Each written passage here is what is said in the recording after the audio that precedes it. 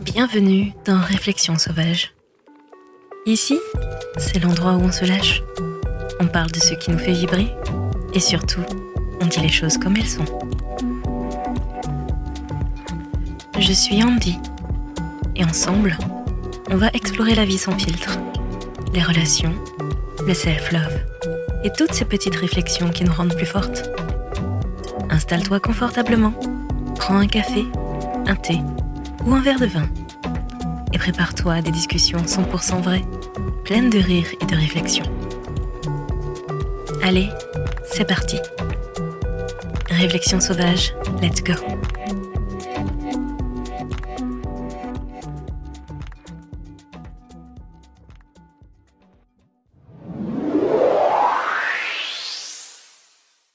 Série Les Insupportables. Survivre aux relations toxiques avec le sourire. Premier épisode. L'amour te rend aveugle, mais la toxicité te donne des lunettes de soleil. Bienvenue dans le tout premier épisode de la série Les Insupportables. Une série pour parler des relations toxiques en mode fun, sincère et un peu sarcastique. C'est parti pour un épisode où on va parler d'amour, mais pas du genre qu'on met sur des petits cœurs rouges sur Instagram, plutôt du genre d'amour qui te laisse un arrière-goût amer, comme si t'avais mangé un citron entier. Vous avez remarqué à quel point on est tous les rois et reines du déni quand il s'agit d'amour ? Oui, toi aussi. Moi aussi d'ailleurs. L'amour, ça rend aveugle. Ou plutôt, ça nous fait acheter des lunettes de soleil XXL pour bien ignorer tout ce qui cloche. C'est vrai quoi, on est prêt à trouver des excuses pour tout. Il est distant parce qu'il travaille trop. Ou c'est normal de ne pas se donner de nouvelles pendant une semaine. On est des esprits libres. Bref, les excuses sont aussi créatives que tes looks Pinterest jamais portés. Allez, on entre dans le vif du sujet. On va parler de ces fameux red flags. Les signes toxiques qui sont là, bien visibles, mais qu'on décide d'ignorer parce que, avouons-le, l'amour rend un peu myope. En gros, on met des œillères et on se dit « Non, mais c'est rien, ça va passer ».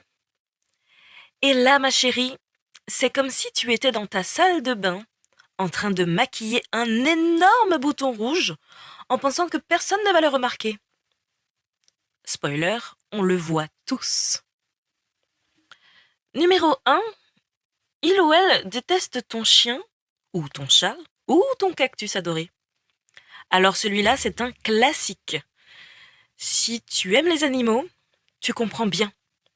Ton chien, c'est ta bouffée d'oxygène après une longue journée. Ton chat, c'est ton confident, et même ton cactus. Bah, c'est une plante. Et elle demande pas grand-chose, mais elle est toujours là. Donc, quand ton partenaire balance « Non mais sérieux ? Il est chiant ton chien. Faudrait peut-être le donner à quelqu'un d'autre, non ?» Il y a un problème. Parce qu'en vrai, ce n'est pas juste un animal qu'il ou elle critique, c'est quelque chose de précieux pour toi. C'est comme si tu disais « Je ne suis pas trop fan de ta mère, faudrait peut-être la déménager dans une autre ville ?» Ça ne passe pas. On est d'accord ?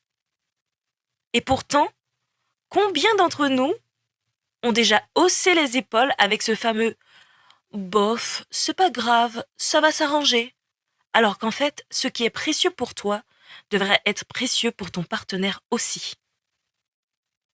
Numéro 2. Les mystérieuses disparitions, le vendredi soir bien sûr. On la connaît toutes, cette fameuse phrase. « Désolée, je suis super busy, je te rappelle ». Sauf que là, c'est pas juste une fois. C'est tous les vendredis. Toujours un truc inattendu. Toujours un désolé, pas eu le temps de te répondre. Et toi, pendant ce temps-là, tu es comme Sherlock Holmes à surveiller son statut en ligne, à checker si ses stories Insta correspondent bien à son planning ultra busy. Mais surprise, il ou elle est chez quelqu'un d'autre en train de boire des shots, pendant que toi, tu es là, avec Netflix en fond sonore, en train de t'inventer un scénario sur ce qu'il ou elle est en train de faire pour sauver le monde. Ben non. Si t'as besoin d'un tracker GPS pour savoir où est ton partenaire, le vendredi soir, encore plus, c'est déjà qu'il y a un souci. Numéro 3. Il ou elle ne répond pas à tes messages, mais est ultra actif sur Instagram. Alors, qui n'a jamais été dans cette situation? Tu passes la journée à attendre désespérément une réponse à ton coucou, ça va? Et là, tu vois quoi? Une photo publiée à 11h34 sur Insta, une story telling digne d'un film et des commentaires à l'appel sous la photo d'un coucher de soleil. Mais toi, silence radio. Là, il faut se poser la vraie question. Quelqu'un qui t'ignore intentionnellement, mais trouve le temps d'envoyer un emoji cœur à un parfait inconnu, est-ce que c'est vraiment une relation équilibrée? Numéro 4. Et je crois que c'est mon préféré. Le ou la meilleure amie un peu trop proche. Alors attention, je ne dis pas qu'avoir une meilleure amie de sexe opposé est mal. Au contraire, c'est top d'avoir des amitiés riches et variées. Mais quand la meilleure amie en question devient plus intime avec ton partenaire que toi-même, là, on rentre dans un terrain glissant. Une meilleure amie aussi tactile qu'un kiné, ce n'est pas normal. Les textos à minuit, les câlins d'amitié qui durent 10 secondes de trop, ou cette fameuse phrase «Oh, mais c'est comme ma sœur! Pour moi, il n'y a pas de souci!» Ah oui? Et depuis quand ta sœur t'appelle-t-elle mon petit chou d'amour? Désolé, mais si là où le meilleur ami se comporte comme une petite amie, il y a peut-être matière à revoir le scénario. Numéro 5. Les montagnes russes émotionnelles. Une relation toxique, c'est la sensation d'être constamment sur un manège.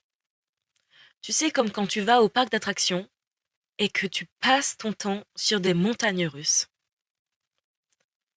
Un jour, c'est l'amour fou, avec des déclarations à la Shakespeare et des poèmes.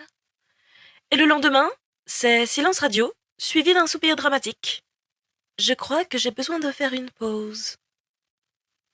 Non mais sérieux? Si t'as besoin de faire une pause toutes les 2 semaines, c'est pas une relation. C'est un abonnement pour un mauvais film d'horreur. Mais alors, pourquoi on reste? C'est la grande question. Pourquoi reste-t-on dans ces relations? Pourquoi on continue à porter ces fameuses lunettes de soleil en pleine tempête? Eh ben, parce qu'on se dit toujours que ça va s'arranger. Parce qu'on s'accroche à ces moments où tout allait bien. Vous savez, le fameux dîner romantique de 2019, où il t'a dit « Tu es la meilleure chose qui soit arrivée dans ma vie ». Parce que oui, parfois les relations toxiques ont de belles phrases, et on veut tellement que ça marche, qu'on se convainc que la prochaine fois, ça sera la bonne. Mais la vérité, c'est que le ou la partenaire toxique ne change pas. Et les red flags, c'est pas juste des signaux qu'on voit dans les films pour détecter les méchants. C'est la réalité. Ils sont là pour te rappeler que tu mérites bien mieux qu'une relation où tu passes plus de temps à te demander qu'est-ce que j'ai fait de mal qu'à être heureuse. Voilà, c'est dit. La minute réflexion sauvage. Soyons honnêtes, vraiment. Reconnaître quand on est dans une relation toxique, c'est souvent un parcours du combattant. Pourquoi? Parce qu'on a tous grandi avec cette idée que l'amour, le vrai, c'est comme dans les films.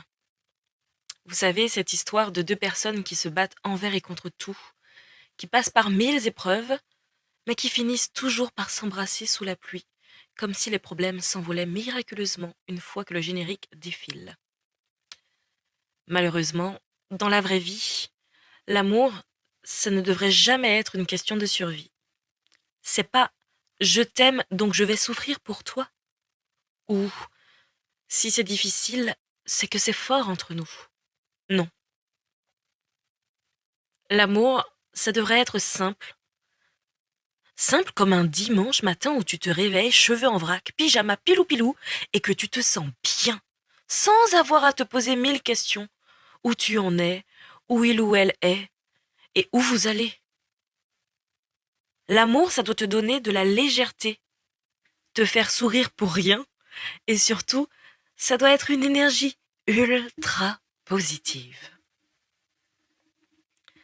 Alors pourquoi on reste parfois si longtemps dans une relation toxique? Parce qu'on se dit que c'est normal de se battre pour l'amour, que c'est la preuve que c'est intense. En fait, on a tendance à confondre intensité et toxicité. Mais franchement, on n'est pas censé se sentir constamment épuisé, vidé, comme si notre amour nous coûtait chaque jour un petit morceau de notre âme.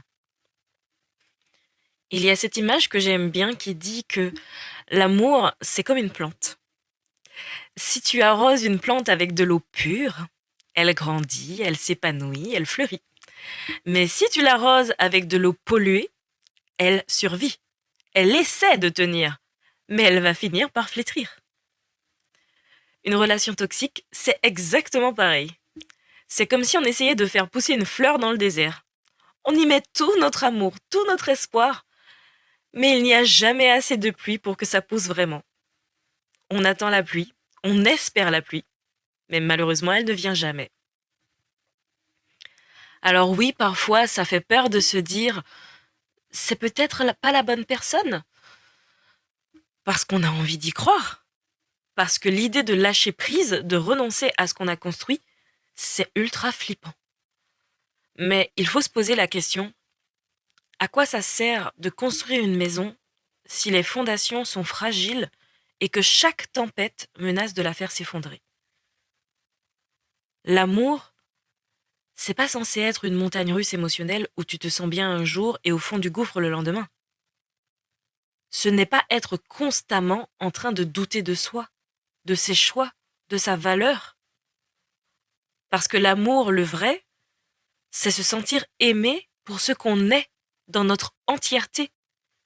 C'est se sentir compris, soutenu et surtout en paix avec soi-même. Et c'est ça la vraie réflexion sauvage. Rappelle-toi toujours que tu mérites quelqu'un qui te fait sourire sans effort, pas quelqu'un qui te fait te demander si tu souris assez. Tu mérites quelqu'un qui t'apporte une sérénité naturelle, pas des migraines de doute. Tu mérites une relation où tu n'as pas à lutter pour être aimé, où le simple fait d'être soi suffit amplement. Rappelle-toi aussi que dans la vie, tu as le droit de dire stop. Tu as le droit de dire je mérite mieux. Parce que l'amour, c'est pas un champ de bataille où il faut sortir victorieux. C'est un espace de douceur, de compréhension, où tu peux être toi-même sans craindre que ton cœur soit pris pour un ring de boxe. Voilà, c'est dit. Vous méritez tous cet amour sain, cet amour doux, cet amour qui vous fait sourire pour rien. Et si c'est pas le cas, c'est que ce n'est pas le bon amour. Les conseils sauvages. Alors, mes sauvages, il est temps de passer à l'action. Parce qu'après avoir décrypté tous ces red flags, et après s'être demandé pourquoi on reste, il faut bien trouver des solutions. Mais pas des solutions patch du genre « je vais fermer les yeux encore un peu ». Non. De vraies solutions pour retrouver ton pouvoir et ta paix intérieure. Voici comment survivre et s'épanouir dans ce champ de bataille qu'on appelle une relation toxique. Premièrement, suis ton intuition. Écoute ta boussole intérieure. Alors oui, je sais, c'est le conseil que tout le monde donne. Écoute-toi. Mais c'est pas pour rien qu'on le répète. Tu sais, cette petite voix intérieure, celle qui te dit ça c'est bizarre. C'est un peu ta meilleure alliée. C'est comme une sorte de boussole intérieure qui sait quand quelque chose cloche, bien avant que toi-même tu ne le réalises. Le souci, c'est qu'on a tendance à la faire taire, cette petite voix, parce qu'on n'a pas envie d'entendre ce qu'elle a à dire. C'est un peu comme quand tu vois une facture que tu ne veux pas ouvrir. Tu sais que c'est là, mais tu la mets dans un tiroir en mode « je verrai plus tard ».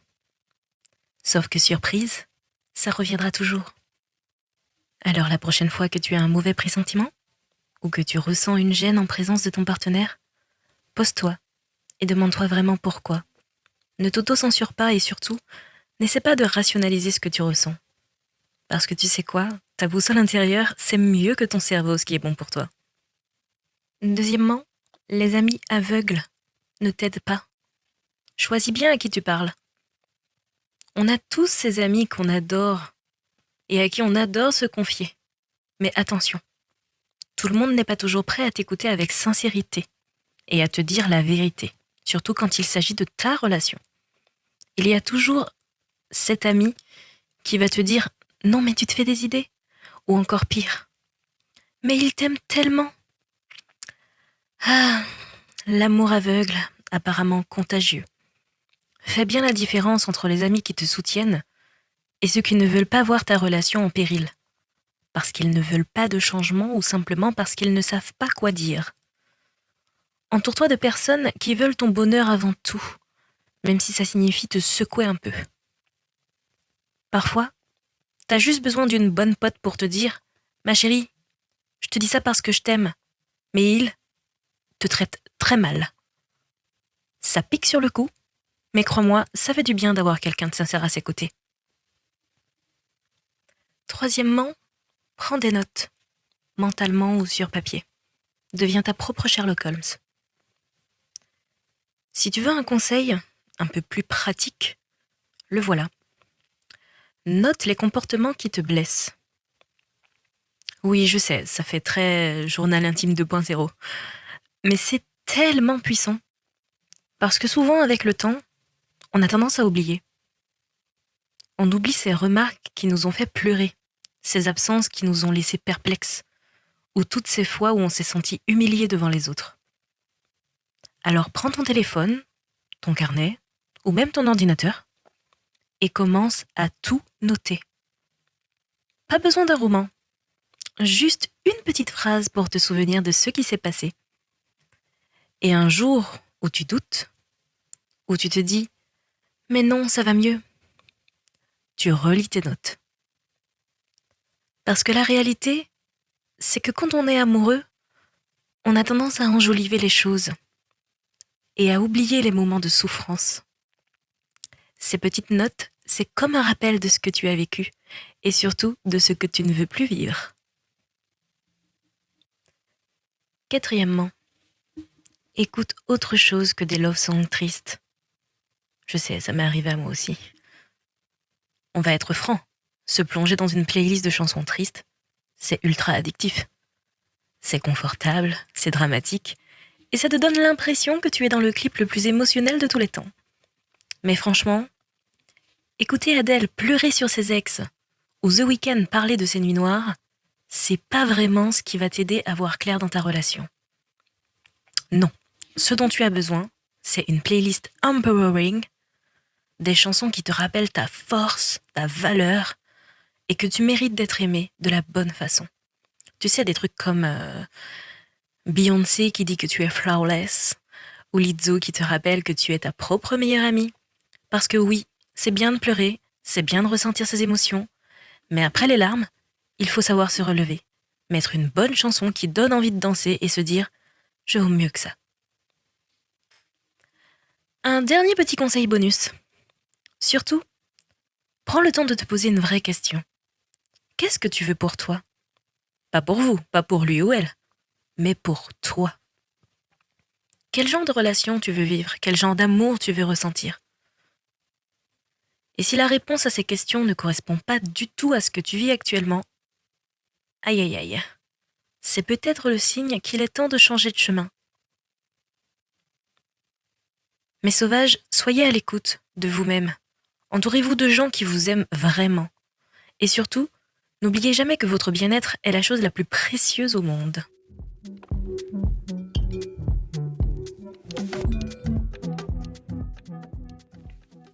On va conclure sur ces dernières paroles. Mes sauvages, rappelez-vous d'une chose, l'amour le vrai, c'est simple. Pas parfait, mais simple. C'est une relation où tu te sens libre, respecté, et où tu peux enfin respirer à plein poumon, sans avoir l'impression d'étouffer. Si ton amour ressemble plus à une guerre froide avec des doutes et des je t'aime mais, ou des silences pesants, est-ce que vraiment c'est ça que tu veux? Parce que oui, une relation toxique, c'est comme une mauvaise coupe de cheveux. Tu te dis, bon, ça va peut-être repousser comme je veux. Tu essaies de la coiffer, de la cacher, de la dompter, mais en fait, tu passes ton temps à essayer de la ranger sans jamais te sentir bien. La solution? Eh bien, tu prends les ciseaux, les bons, hein, ceux du coiffeur, pas ceux que tu utilises pour ouvrir tes colis Amazon, et tu coupes ce qui te fait mal. Et quand tu auras fait ça, tu mets tes lunettes de soleil. Mais cette fois, pas pour te cacher des larmes ou pour masquer les vérités qui te font mal. Non, tu les mets pour briller, pour te protéger du soleil et savourer la vie, les yeux tournés vers de nouvelles possibilités. Une relation saine, c'est comme un bon bain de soleil. Ça réchauffe, ça te donne de la vitamine D et ça te fait te sentir bien dans ta peau.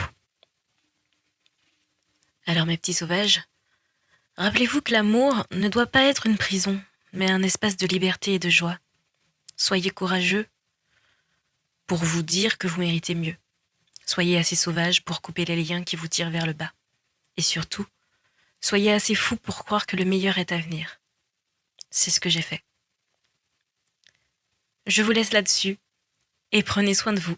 Aimez-vous fort et surtout, surtout, restez sauvages. Je vous dis à très vite pour le prochain épisode où on va s'attaquer à un autre sujet bien croustillant, les amis toxiques. D'ici là, souvenez-vous que la priorité, c'est toujours vous. Vous méritez le meilleur, ne l'oubliez jamais. Allez, bisous mes sauvages, à très bientôt. Et voilà, c'est tout pour cet épisode de Réflexion sauvage. J'espère que ça t'a fait sourire, réfléchir et peut-être même un peu bousculer. Si tu as aimé, n'hésite pas à partager avec une amie, laisser un petit avis ou tout simplement en parler autour de toi. On se retrouve très vite pour une nouvelle dose de réflexion, de rire et d'authenticité. D'ici là, n'oublie pas, reste sauvage, reste vrai et surtout prends soin de toi.